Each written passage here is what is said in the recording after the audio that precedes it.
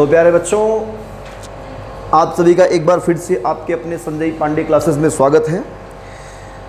तो आज हम एक नया चैप्टर स्टार्ट करने जा रहे हैं और उस चैप्टर का नाम है अल्टरनेटिंग करंट, और ये फर्स्ट लेक्चर होगा अल्टरनेटिंग करंट का। ठीक है ना। फर्स्ट लेक्चर किसका चलेगा? अल्टरनेटिंग करंट, जिसमें हम लोग सीखेंगे क्या अल्टरनेटिंग करंट होता क्या है, इसका इंट्रोडक्शन सीखेंगे और एसी और डीसी का ग्राफ कैसे हम समझें और कैसे एसी और डीसी के ग्राफ में डिफरेंस को समझ सकें, ये सब सीखेंगे और धीरे धीरे हम क्या करेंगे, आगे बढ़ेंगे। ठीक है ना। तो चैप्टर का नाम क्या है? चैप्टर नंबर ये 7 होगा ना बेटा, एनसीईआरटी के हिसाब से चैप्टर नंबर क्या बनेगा? 7, अल्टरनेटिंग करंट। तो हम एनसीईआरटी के हिसाब से चल रहे हैं। ठीक है, अल्टरनेटिंग करंट ये चैप्टर का नाम है।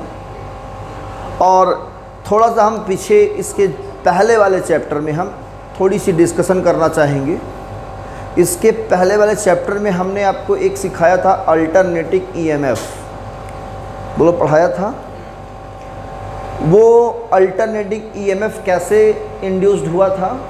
जब कोई कॉइल किसी यूनिफॉर्म मैग्नेटिक फील्ड में क्या करेगी? रोटेट करेगी, है ना। क्या करेगी? रोटेट करती है।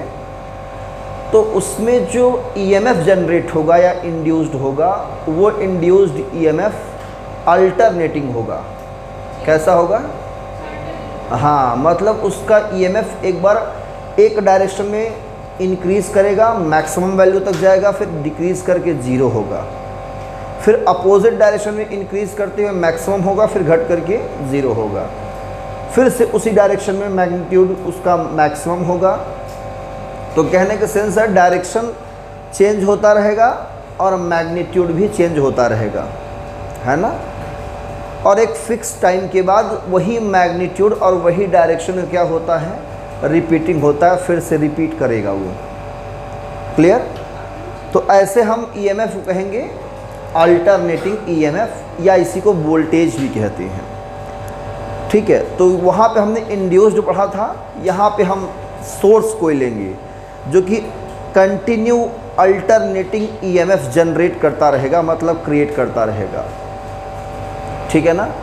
तो सबसे पहले हम जानेंगे कि अल्टरनेटिंग वोल्टेज क्या होता है। फिर से वही डिफिनीशन एक बार रिपीट करेंगे। अल्टरनेटिंग वोल्टेज, ठीक है, ये क्या होता है पहले ये सीखेंगे। तो एक ऐसा वोल्टेज जिसका मैग्नीट्यूड और डायरेक्शन दोनों टाइम के साथ क्या कर रहे हो? चेंज हो रहे हो, है ना। और एक फिक्स टाइम के बाद वही मैग्नीट्यूड और वही डायरेक्शन का रिपीटिंग हो रहा हो, तो ऐसे वोल्टेज को क्या कहेंगे? हम अल्टरनेटिंग वोल्टेज कहेंगे। जब तक वोल्टेज नहीं रहेगा तब तक अल्टरनेटिंग करंट नहीं आएगा, है कि नहीं भाई। जब डीसी वोल्टेज होता था तो डीसी करंट, मतलब डीसी मिलता था हमें डायरेक्ट करंट, है कि नहीं। तो डीसी सोर्स में क्या लेते थे हम लोग?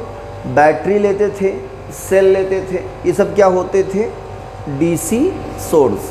तो अब हमें चाहिए एसी सोर्स। तो एसी सोर्स का अपना क्या होना चाहिए? वोल्टेज। ऐसे वोल्टेज को अल्टरनेटिंग वोल्टेज कहेंगे। और इसको डिफाइन कैसे करेंगे? जिसका मैग्नीट्यूड और डायरेक्शन दोनों टाइम के साथ क्या हो? चेंज हो। तो आप लिख सकते हो क्या कि when magnitude and direction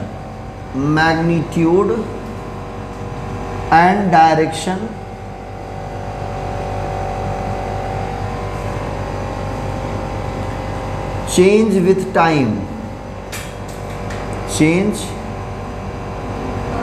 magnitude and direction of a voltage, ऐसे लिख लो, of a voltage। एक वोल्टेज का मैग्नीट्यूड और डायरेक्शन क्या होता है? चेंज होता है with time and after a fix time, एक फिक्स टाइम के बाद same magnitude and direction, same magnitude and direction are repeating, then such a voltage is called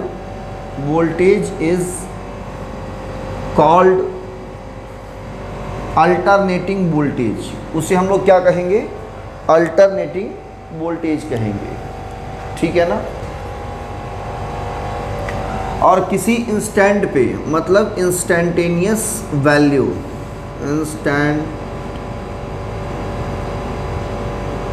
value of alternating voltage V equal to कैसे लिखते हैं? V not sine omega t। इसमें V not क्या है? Peak value, ठीक है, या इसी को हम लोग क्या कहते हैं? Maximum value. और V क्या है? एट एनी इंस्टेंट t पर वोल्टेज, ठीक है ना। तो सबसे पहले हम यही जानेंगे और इसे आप लोग नोट करिए।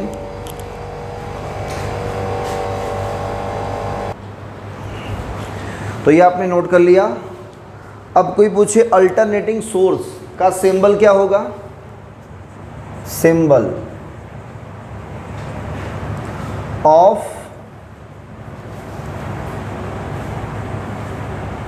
Alternating source, alternating source. इस सोर्स का सिंबल कैसे बनाएंगे? ऐसे बनाएंगे, देखो कुछ ऐसा। ये है आपका एसी सोर्स। क्या है ये? हाँ, अल्टरनेटिंग करंट सोर्स, ठीक है। कभी ये प्लस बनेगा तो कभी ये प्लस बनेगा, ये प्लस होगा तो ये माइनस, और ये प्लस होगा तो ये माइनस। मतलब इसको जहाँ हम कनेक्ट करेंगे सर्किट में, करंट ऐसे फ्लो करेगा एक बार, और एक बार करंट ऐसे फ्लो करेगा। क्लियर? तो एक बार ऐसे फ्लो किया, फिर एक बार करंट ऐसे फ्लो किया, डायरेक्शन चेंज किया ना। और दोनों डायरेक्शन जब कंप्लीट कर लेगा इधर से इधर, तो कहेंगे 1 साइकिल कंप्लीट हुआ। कितना साइकिल कंप्लीट हुआ? हाँ, नोट कर लिया, इसको इरेज कर दें। अब कोई पूछे आपसे डायरेक्ट करंट क्या होगा?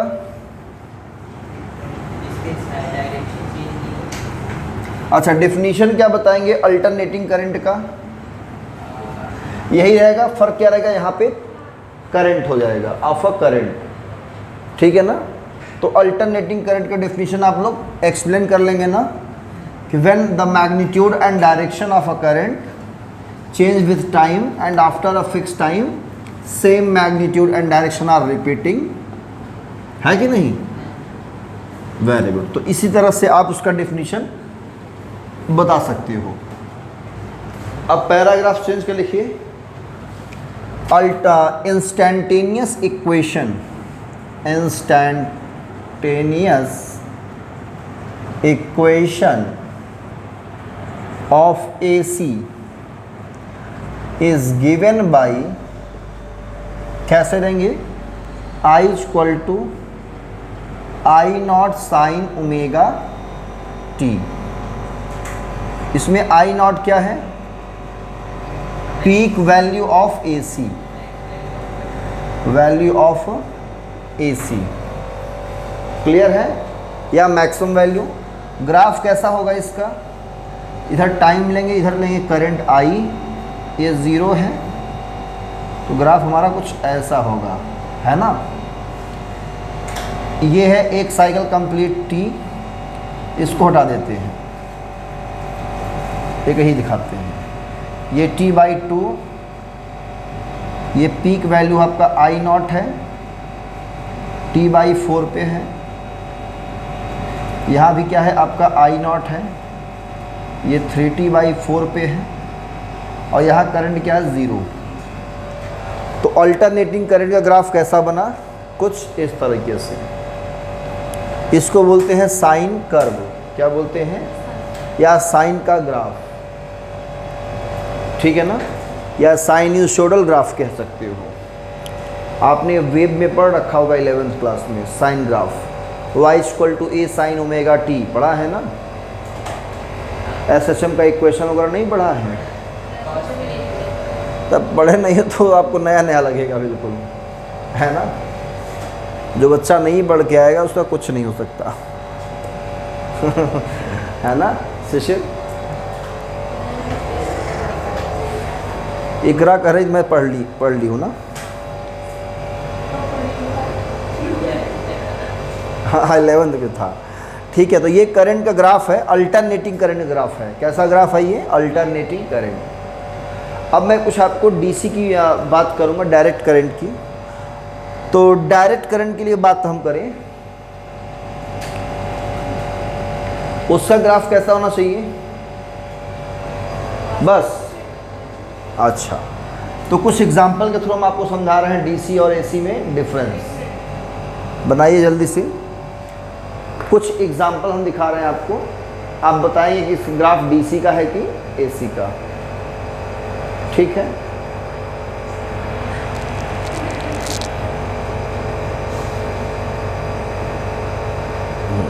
एरेस्ट कर दे बच्चों। डायग्राम नहीं बना अभी, कुछ नहीं हो सकता, है ना।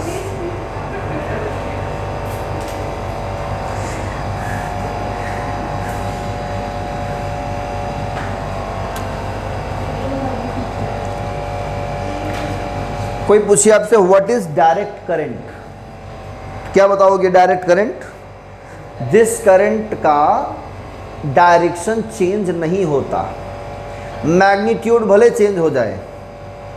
ध्यान सुनना मेरी बात, जिस करंट का डायरेक्शन चेंज ना हो, ऐसे करंट को हम लोग क्या कहेंगे? Direct current. बस मैग्नीट्यूड चेंज हो जाए, मतलब करंट घट जाए बढ़ जाए वो चलेगा, लेकिन डायरेक्शन चेंज ना होना चाहिए, ठीक है ना। तो एग्जाम्पल के थ्रू समझते हैं। कुछ ग्राफ मैं दे रहा हूं आपको, करंट वर्सेस टाइम ग्राफ। किसका graph? Current versus time graph. Example डाल दीजिए, change the paragraph, examples. Current versus time graph, है ना। Current versus time graph. Iqra को मजा आ रहा है? क्या बजा रही है? अच्छा, मोबाइल बज रहा है, नोटिफिकेशन आ रहा है, क्या बात है। सावधानी हटी दुर्घटना घटी, है ना। हाँ, सावधानी हटी की दुर्घटना घटी। चलो ये बताओ ग्राफ, ये है टाइम, इधर लिया करंट आई। एक ग्राफ मैंने प्लॉट कर दिया ऐसे, ये ग्राफ मैंने प्लॉट कर दिया ऐसे, है ना। सिर्फ ये ग्राफ क्या शो कर रहा है? कहोगे this graph shows the direct current DC का। वेरी गुड, अच्छा है। चलो अब इधर टाइम लिया, इधर करंट लिया आई से लिया। ग्राफ थोड़ा सा मैंने कुछ ऐसा प्लॉट करके दे दिया आपको, कुछ ऐसा। ये कैसा ग्राफ है? तब क्यों बोल रहे थे सिर्फ ऐसे ही जाना चाहिए? एग्जाम्पल दिए थे। तो ध्यान रखना बच्चों, डायरेक्शन चेंज मैंने पहले बोल दिया नहीं होना चाहिए। इसमें डायरेक्शन कहाँ चेंज हो रहा है? इधर प्लस है, ओ के नीचे जाए, ग्राफ जब इसके नीचे जाएगा इस डायरेक्शन में तब नेगेटिव आ जाएगा, मतलब डायरेक्शन तब क्या होगा? चेंज होगा। तो ऐसा ग्राफ क्या है? डीसी है। ये सेकंड नंबर फिगर है। चलो बनाते जाओ, है ना, बनाते जाओ। और आज इंशा इकरा त्यौहार मना रही है, फेस्टिवल, इसीलिए एंजॉय ज़्यादा कर रही हैं फिजिक्स पढ़ पढ़ करके, है ना। चलो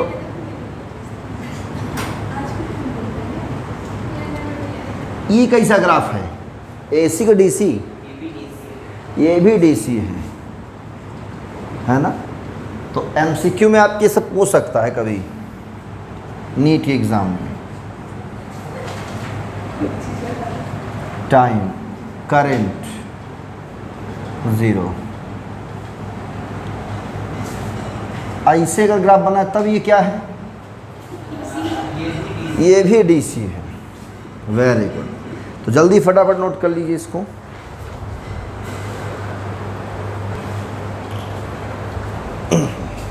तो ये 4 ग्राफ हो गए आपके।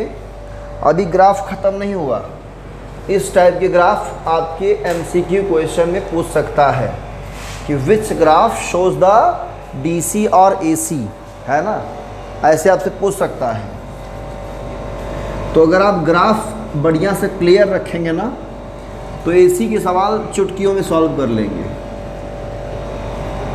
है ना। 5th number, current versus time.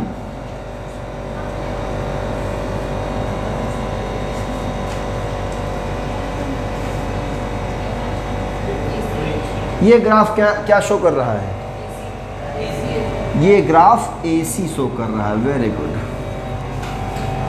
6 number, CC सोच रहा है कितना ग्राफ बनवा रहे हैं सर, ना रुक जाए ना, अपना बनवाएं, इसी पर हम रुक जाते हैं ना।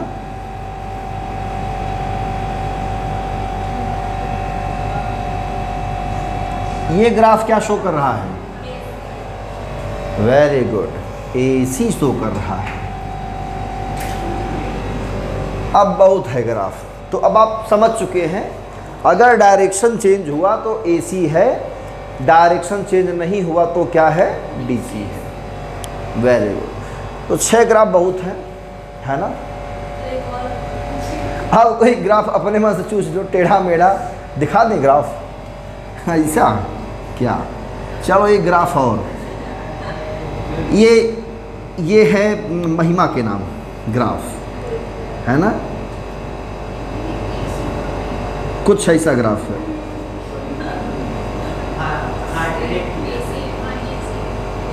ये ग्राफ क्या शो कर रहा है, अगर ऐसा ग्राफ है तो क्या कहेंगे, हाँ, महिमा के लिए एसी का ग्राफ। ये भी एसी है, छाप लो इसको भी। अगर ऐसा भी ग्राफ दिया है तो भी सही है ना।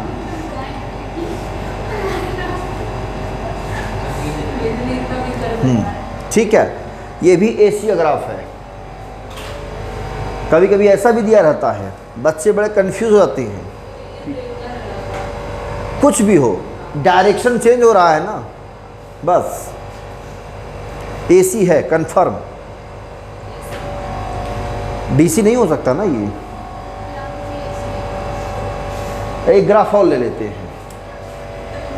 अब ये शिशिर के लिए करंट वर्सेस टाइम ग्राफ।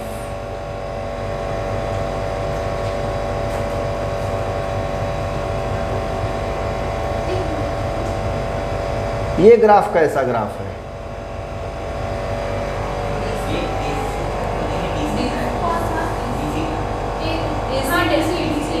ये ग्राफ डीसी का है, इसमें भी डायरेक्शन चेंज नहीं हो रहा है ना। अच्छा, इनके लिए नहीं बनाए, चलिए ग्राफ इनके लिए भी, इकरा के लिए भी बनाइए ग्राफ। ये 8 नंबर था ना, 8वां।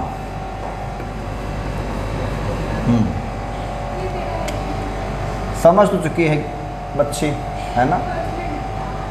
इधर है आई,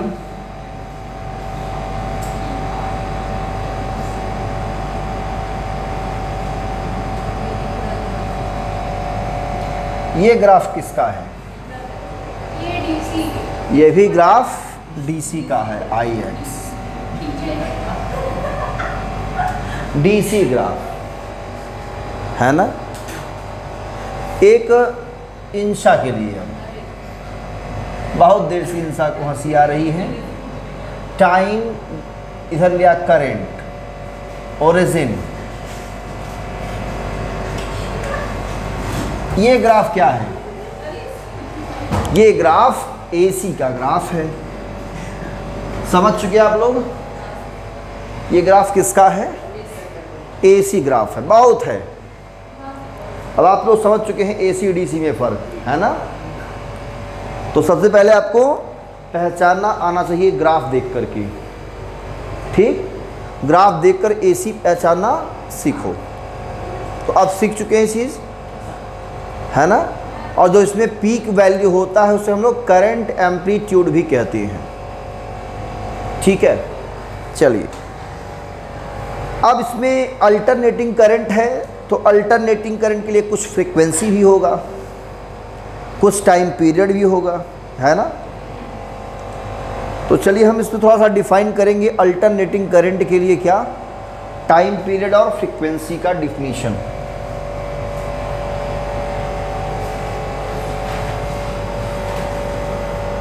मज़ा आ रहा है एसी पढ़ करके?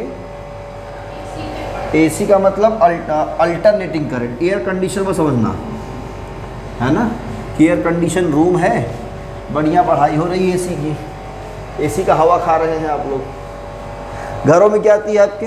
एसी, है ना, ठीक है। तो जैसे मान लीजिए कि ये करंट है और ये टाइम है। ग्राफ हमने खींचा यहाँ से ऐसे, ये हुआ एक साइकिल। कितना हुआ? एक साइकिल। इसका कंपेयर कैसे करेंगे हम समझेंगे, वो समझेंगे कुछ इस तरीके से। मतलब एक बार करंट ऐसे फ्लो करे इस डायरेक्शन में, और एक बार करंट इस डायरेक्शन में फ्लो करे। क्लियर? मतलब एक बार करंट यहाँ से निकले, ऐसे जाए, ऐसे आए, और फिर यहाँ से निकल के ऐसे आए, तो वन ऑसिलेशन हुआ या वन साइकिल हुआ। और उसको ग्राफ से कैसे दिखाएंगे वन साइकिल को? ये है ग्राफ। क्लियर? आ रहा समझ में? भाई एसी करंट यहाँ से निकला, ध्यान दो, ऐसे करंट निकला, वह यहाँ से होते हुए इधर आया, फिर यहाँ से होते हुए वापस यहाँ पे आया करंट, तो कहेंगे वन साइकिल हुआ। कितना साइकिल हुआ? अब इस, हाँ, इधर गया तो हाफ साइकिल, फिर इधर आया तो हाफ, तो ये पूरा कितना हो गया? एक, फुल एक साइकिल। क्लियर ना? अब इसी एक साइकिल को ग्राफ से दिखाना है तो कैसे दिखाएंगे? वही एक साइकिल देखो यहाँ से चला आया ऐसे, फिर यहाँ से यहाँ आया, यही वही एक साइकिल ये है। आगे ठो और ऐसे बना दोगे, दो साइकिल हो जाएगा, मतलब कि फिर से एक बार ऐसे हुआ, है ना। ऐसे ही 3 साइकिल दिखा दोगे, 4 साइकिल, 5 साइकिल दिखा दोगे, है कि नहीं। तो एक साइकिल कंप्लीट करने में जो टाइम लगता है उसे क्या कहते हैं? Time period. Change the paragraph, लिखिए इसमें the time taken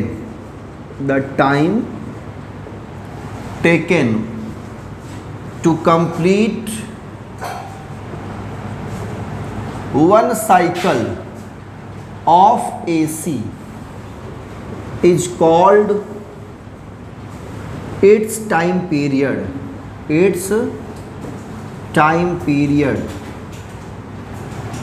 and it is denoted by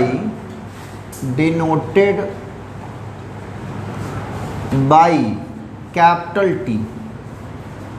किससे डिनोट करेंगे बच्चों? कैपिटल T से, ठीक है। Now change the paragraph and number of completed cycle, number of completed cycles, कौन साइकिल जो चला के आते हो आप लोग? वो नहीं, साइकिल का मतलब होता है रिवॉल्यूशन, है ना। हाँ, cycles, number of completed cycles in 1 second, 1 second is called frequency, frequency of AC and it is denoted by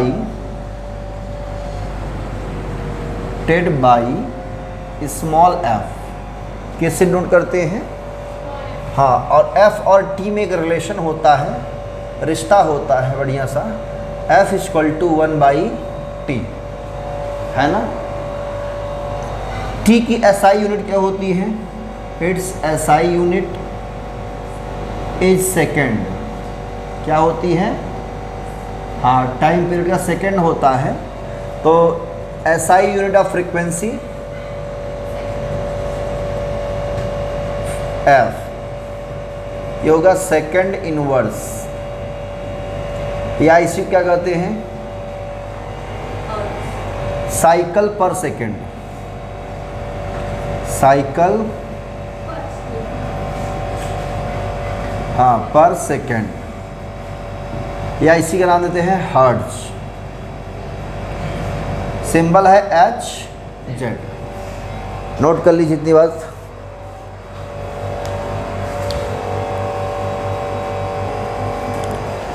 तो ये आपने नोट कर लिया।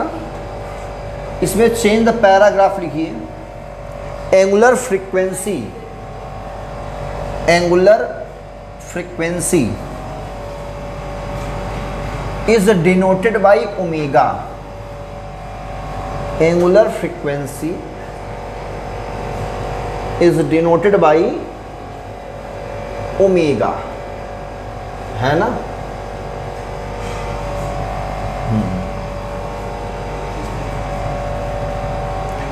ओमेगा इक्वल टू क्या होगा यहाँ पे? 2π/t। क्या होता है? 2π/t। और 1/t को हम लोग क्या कहते हैं? फ्रीक्वेंसी।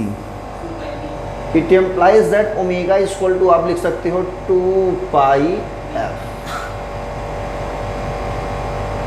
ठीक है ना। तो जहां कहीं अगर ओमेगा दिखेगा वहां आप 2πf यूज कर सकते हो। क्या यूज कर सकते हो? हाँ, पूरे AC में कहीं भी अगर ओमेगा दिखाई पड़ेगा और आपको फ्रीक्वेंसी निकालने की ज़रूरत है तो वहाँ पर ये आप यूज़ कर लेंगे, ओमेगा इक्वल टू 2πf। ठीक है ना। कोई पूछे DC की फ्रीक्वेंसी क्या होगी आपकी? Direct current. तो फॉर डायरेक्ट यानी DC के लिए याद रखना फ्रीक्वेंसी 0 होता है बच्चों। और फ्रीक्वेंसी 0 मतलब ओमेगा भी क्या हो जाएगा आपका? 0। उसका सब कुछ 0 होता है। DC में नोट कर लेना, फॉर DC फ्रीक्वेंसी 0 और ओमेगा भी 0। हाँ ठीक है ना। तो उसमें हम लोग ये काउंट नहीं करेंगे। तो डायरेक्शन में चेंज ही नहीं हो रहा तो कोई फ्रीक्वेंसी ही नहीं बनेगी उसकी। ठीक है ना। तो DC के लिए मतलब डायरेक्ट करंट के लिए फ्रीक्वेंसी 0, तो ओमेगा भी क्या होगा? 0।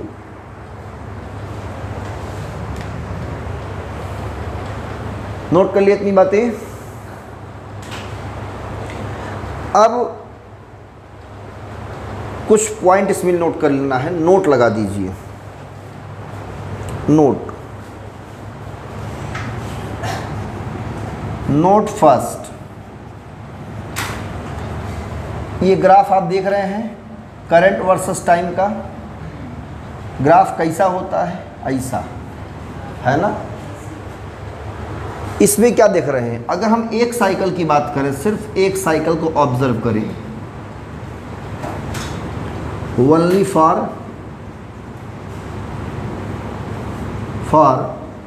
वन साइकिल ऑफ AC के एक साइकिल के लिए अगर हम ऑब्जर्व करें तो इसका जो एवरेज होगा क्या होगा? एवरेज करंट कितना होगा? I एवरेज 0 होगा, है ना। क्या होगा? I एवरेज 0 होगा। देखो जितना एवरेज कैसे निकालेंगे? सभी करंट को ऐड करके जितना है डिवाइड करेंगे। तो ये प्लस वाले रहेंगे ऐड होंगे, ये माइनस वाले उतना ही है ऐड होंगे। दोनों जब ऐड करेंगे तो क्या होगा? ये 0 हो जाएगा। तो 0 पॉइंट कोई भी चीज़ रहेगा तो 0। तो एक कंप्लीट साइकिल में, है ना, एवरेज करंट कितना होता है? 0। याद रहेगा। But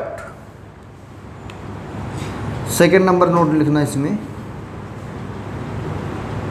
but in one cycle of AC, root mean square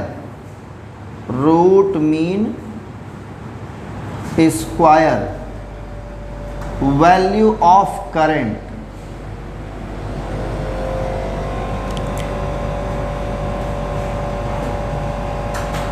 does not be 0। ठीक है ना।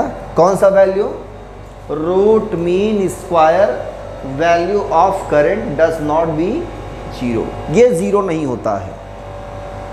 ठीक है। कौन सी वैल्यू? Root mean square. इसको शॉर्ट में RMS कहते हैं। क्या कहते हैं? RMS। पढ़ा होगा ना, RMS velocity of gas molecules, VRMS पढ़ा है ना। तो सभी का वेलोसिटी का क्या करेंगे? स्क्वायर करेंगे और उसका मीन लेकर रूट ले लेते हैं। पढ़ा है ना 11th क्लास में kinetic theory of gases, KTG में पढ़ा है ना। तो अभी फिर से पढ़ाएंगे आप लोग KTG, जो बच्चे नीट तैयारी कर रहे हैं। ठीक है।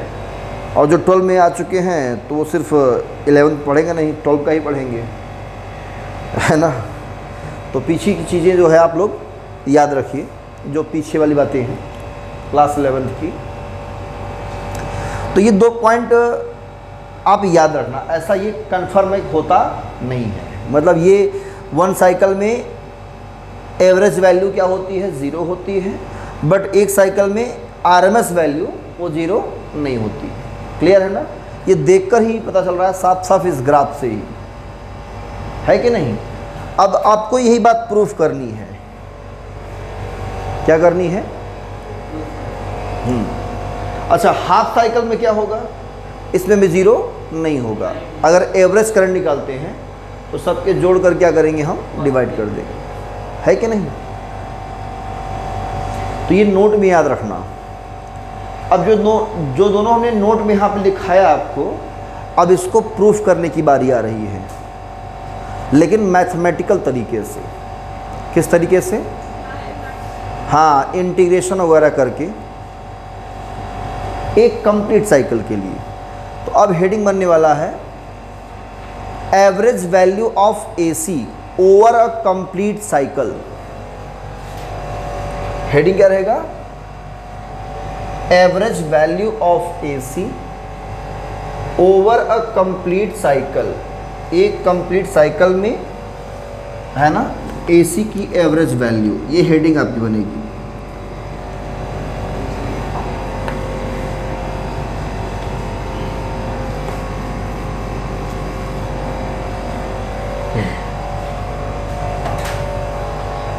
चलिए, क्या हेडिंग डाला आपने? हाँ, क्या डाला हेडिंग?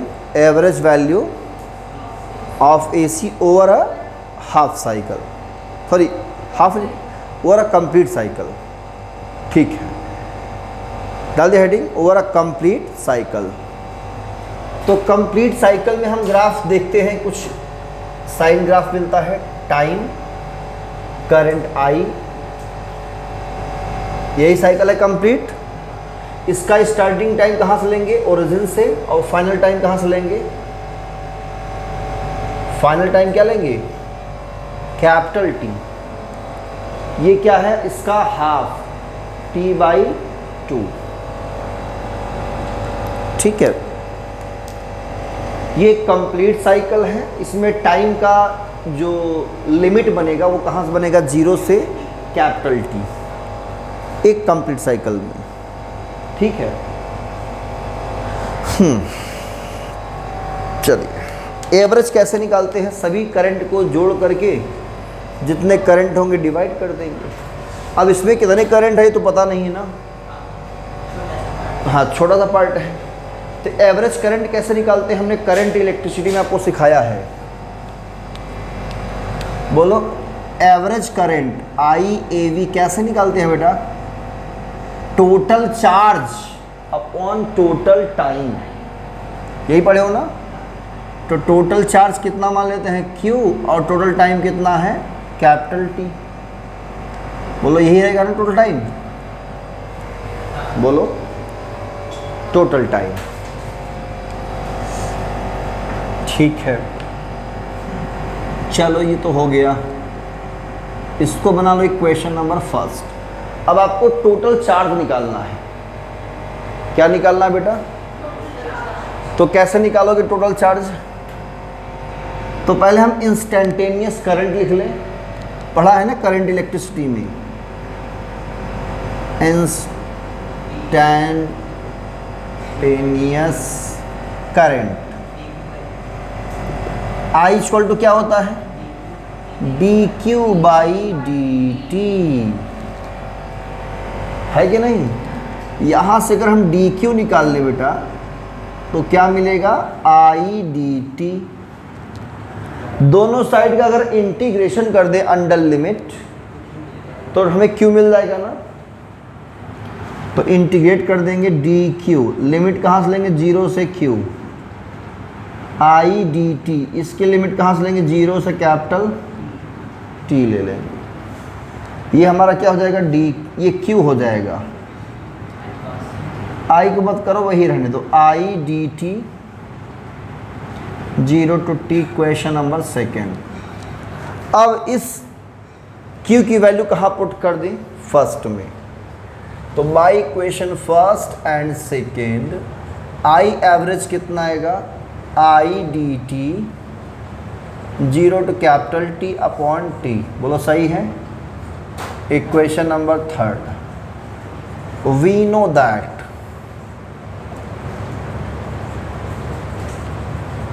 इंस्टेंटेनियस करंट का एक और इक्वेशन पढ़ा है आपने, बोलो पढ़ा है,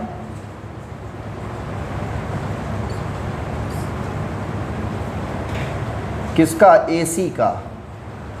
क्या होता है, I equal to I not sine omega T, ये वैल्यू पुट कर देंगे इन by equation third. I average कितना आएगा, integration I not sine omega T dt 0 to T by capital T। बोलो क्लियर है इतनी बात, तो नोट कर लो, यहाँ तक छाप लो।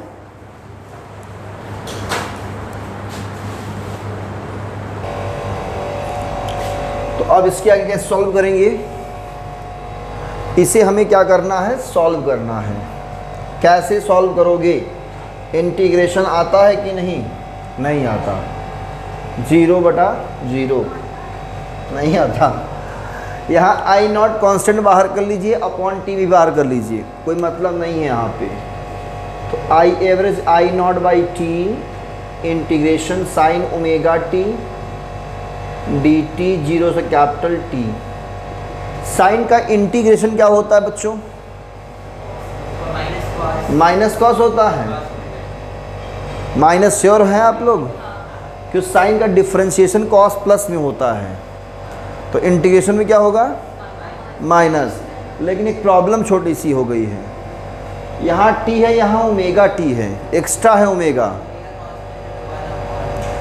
हाँ, तो आपको अगर मैथमेटिक्स आती है तो ओमेगा क्या होगा, डिवाइड हो जाएगा, जितना एक्स्ट्रा उतना डिवाइड कर दीजिए इंटीग्रेशन में, ठीक है ना। इंटीग्रेशन में क्या करेंगे, जितना एक्स्ट्रा है यहाँ पे उतना क्या करेंगे, डिवाइड कर देंगे। जैसे साइन का क्या होता है, कॉस होता है, माइनस कॉस, उसमें ओमेगा से क्या करेंगे, डिवाइड कर देंगे। क्लियर। और डिफरेंशिएशन में क्या करते हैं, मल्टीप्लाई कर देते हैं। तो minus cos omega T divide by omega. Limit किस पर लगाएंगे, जिसमें टी लगा है, 0 से कैपिटल। ये ओमेगा इसके साथ आ जाएगा I not by omega capital T into, आप माइनस भी चाहो तो बाहर कर लो, कर सकते हो ना, माइनस, माइनस को बाहर ले लो, कॉस ओमेगा T एक बार टी के प्लेस में क्या रखेंगे हम, कैपिटल टी रखेंगे, है ना, माइनस फिर इसके टी के प्लेस में lower limit cos omega into 0। ऐसे लिमिट सॉल्व करते हैं। ओमेगा का वैल्यू होता है 2 पाई बाई टी, बोलो होता है, पढ़ रखे हो ना, cos 2 pi by T into T. यहाँ कॉस 0 हो जाएगा, इसको रखने की ज़रूरत ही नहीं पड़ेगी आपको, ये टी तो मर जाएगा। कॉस 2 पाई मतलब 360, 360 वैल्यू 1 और इसकी वैल्यू क्या होगी 1, 1 माइनस 1 क्या होगा 0, तो आई एवरेज कितना आ गया हमारा 0। हैंस प्रूफ, ये प्रूफ हो गया, नोट कर लीजिए।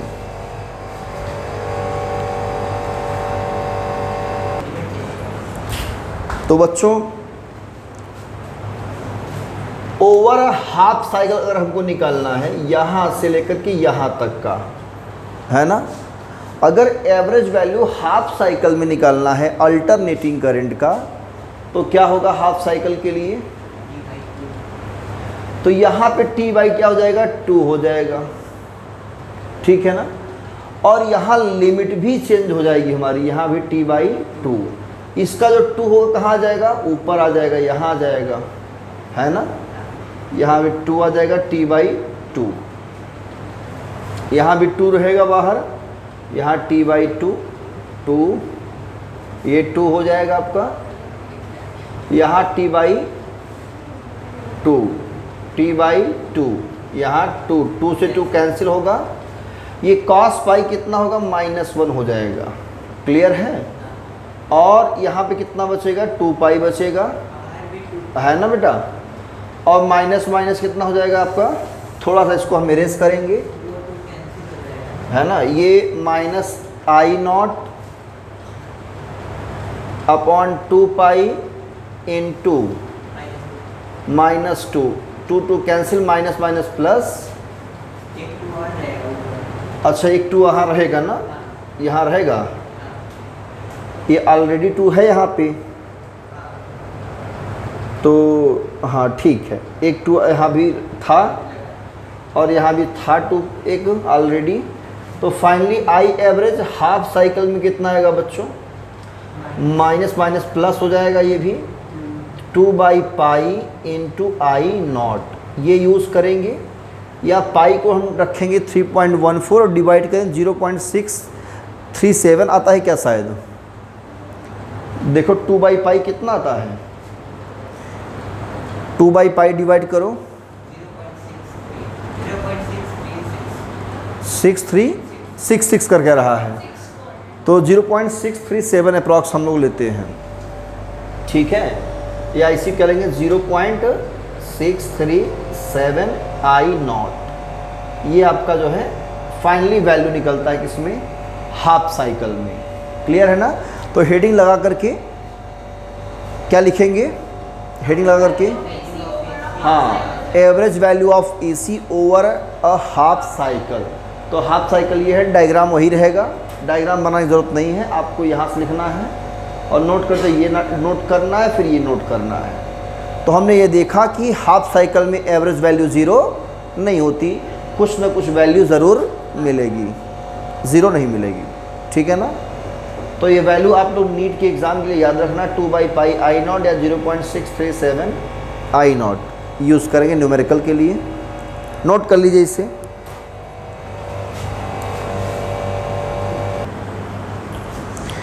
अब ये था आपका एवरेज वैल्यू एसी का हाफ साइकिल में और फुल साइकिल में।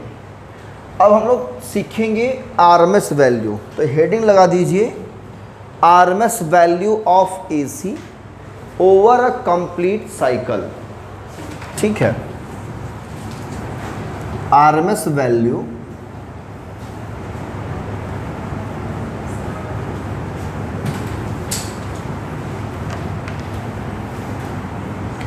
Of AC over a complete cycle, एक कंप्लीट साइकिल में आरएमएस वैल्यू क्या होगी वो निकालना है, वेरी इंपॉर्टेंट है ये।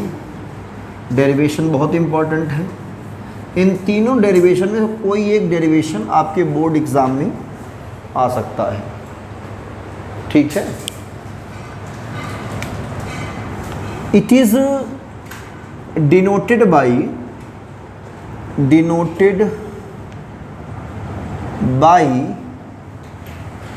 IRMS। किससे नोट करेंगे? IRMS से। और IRMS निकालते कैसे हैं? पहले जितने भी करंट होंगे यहाँ से लेकर यहाँ तक, मान लो n करंट है, कितने करंट है? n, एक साइकिल में। तो सभी करंट क्या करो? स्क्वायर करो, I1 square, I2 square, I3 square, dot dot dot IN square. इनका क्या ले लो? मीन। स्क्वायर करने का क्या लो? मीन। तो सबको जोड़ देंगे और कितने हैं? n है तो n से डिवाइड कर देंगे और इसका रूट ले लेंगे। क्या ले लेंगे? रूट। तो यही है IRMS निकालने का तरीका और ये फार्मूला है। आप इसे बना देंगे इक्वेशन नंबर फर्स्ट, है ना। जो ये क्वांटिटी है, इस क्वांटिटी को कहते हैं मीन स्क्वायर वेलोसिटी। क्या बोलते हैं? Sorry, mean square current. Velocity तो मुझे याद आ गया गैस के मॉलिक्यूल्स का, है ना। ऐसा वो भी होता था, V1 स्क्वायर प्लस V2 रहता था। तो ये मीन स्क्वायर करंट है, ये उसका रूट लेंगे तो रूट मीन स्क्वायर करंट कहेंगे। तो अंदर वाली क्वांटिटी को हम एक वर्ड में लिखेंगे, सिंबल सा। तो इसमें लिखना change the paragraph, mean square current, mean square current of AC is denoted by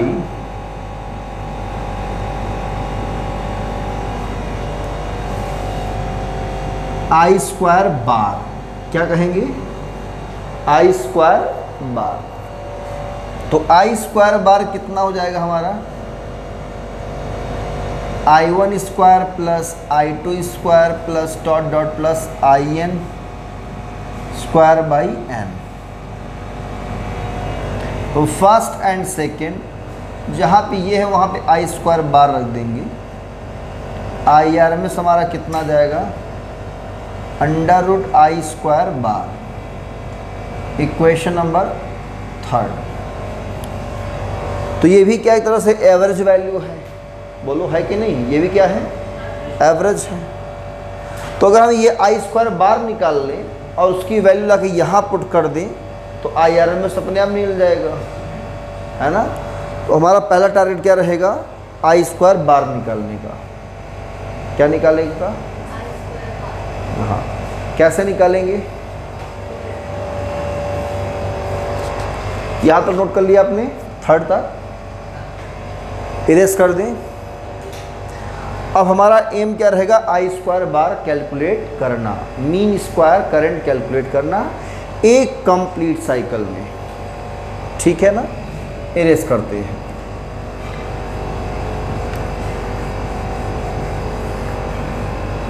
अब I स्क्वायर बार का मतलब ये होता है कि जितने भी करंट है सबका स्क्वायर हुआ है और सबका मीन लिया गया है।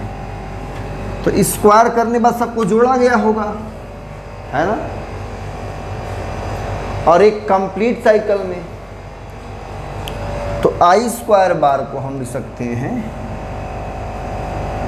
I स्क्वायर बार को लिख सकते हैं इंटीग्रेशन I स्क्वायर dt 0 से कैपिटल T अपॉन T, ठीक है ना, अपॉन T। Equation number 4। ये भी अपने आप में एक फार्मूला है, याद रखना। ये भी अपने आप में क्या है? Formula.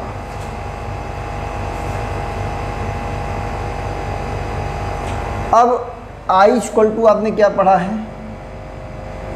I not sine omega, ठीक। ये वैल्यू यहाँ पुट कर दें by equation 4 I square bar कितना होगा, स्क्वायर हो जाएगा sine square omega t d T, zero से capital t upon capital t. I naught square by t बाहर कर लेंगे, sine square omega t d T, zero से कैपिटल टी। अब यही हमको सॉल्व करना है, sine square omega t d t, यही सॉल्व करना है। कैसे सॉल्व करेंगे? क्या आपको इंटीग्रेशन बढ़िया तरीके से आती है? अच्छी तरीके से नहीं आती? आती है। देखो मैथ वाले बच्चों के लिए दिक्कत तो नहीं है, दिक्कत किसको होगी? जो बच्चा बायो पढ़ता है मतलब वो तो इंटर में है तो इंटीग्रेशन डिफरेंशिएशन को पहली बार नाम ही सुनेगा, है ना। और मैथ्स वाले के लिए तो बिल्कुल खिलौना होता है ये, वो खेल लेते हैं इससे, है ना। बाय वाले बेचारे नहीं खेल पाते, बॉडी के साथ, हाँ बॉडी के साथ खेलते हैं, फंस जाते हैं इंटीग्रेशन वाले खेल में। तो क्या करना चाहिए इससे में? कोई शॉर्ट ट्रिक बताया जाए, कोई शॉर्ट ट्रिक बताया जाए इसके लिए। तो शॉर्ट ट्रिक आप लोग ध्यान रखिए, cos 2a का एक फार्मूला होता है 1 माइनस 2 साइन स्क्वायर a। भाई सिंपल साइन होता तो cos ओमेगा टी हो जाता, सिंपल साइन, उसका ही स्क्वायर है ना, तो हम नहीं कर पाएंगे। तो थोड़ा शॉर्ट ट्रिक चलते हैं। cos 2a इक्वल टू, ये पढ़ा होगा अपने 10th क्लास में, अगर नहीं पढ़ा होगा तो याद रखिएगा।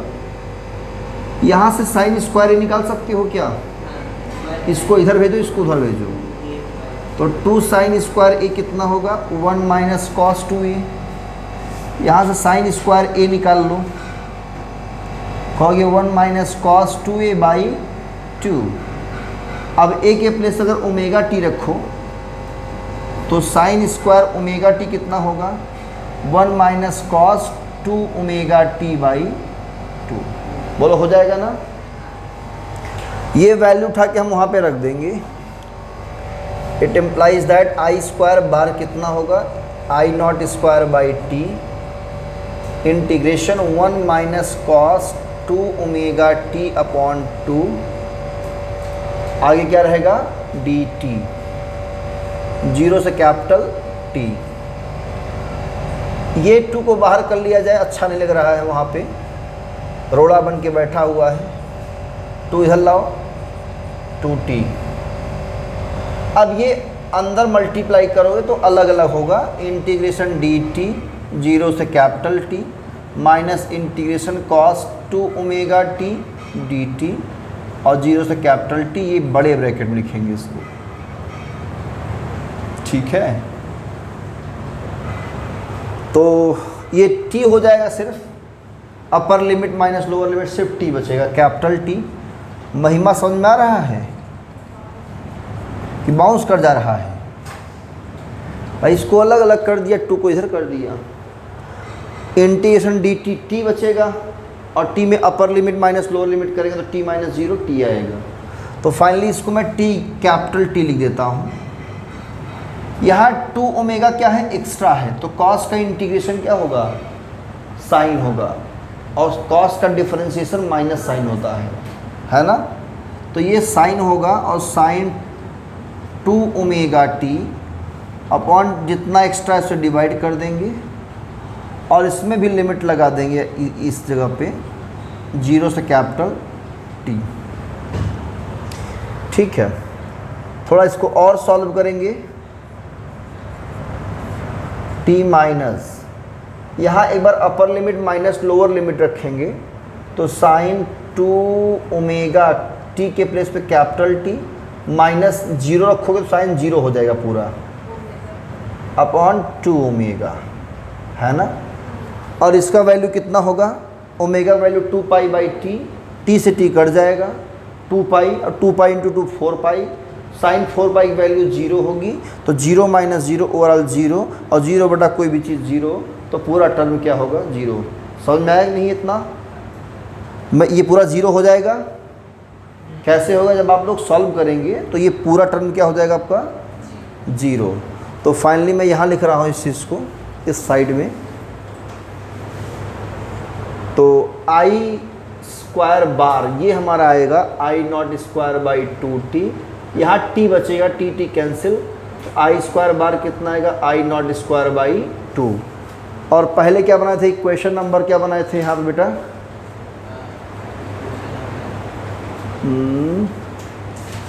इसके पहले क्या बनाए थे, इक्वेशन नंबर 3 है ना, ये 4th बना है, ये 5th हो जाएगा, बोलो हो जाएगा।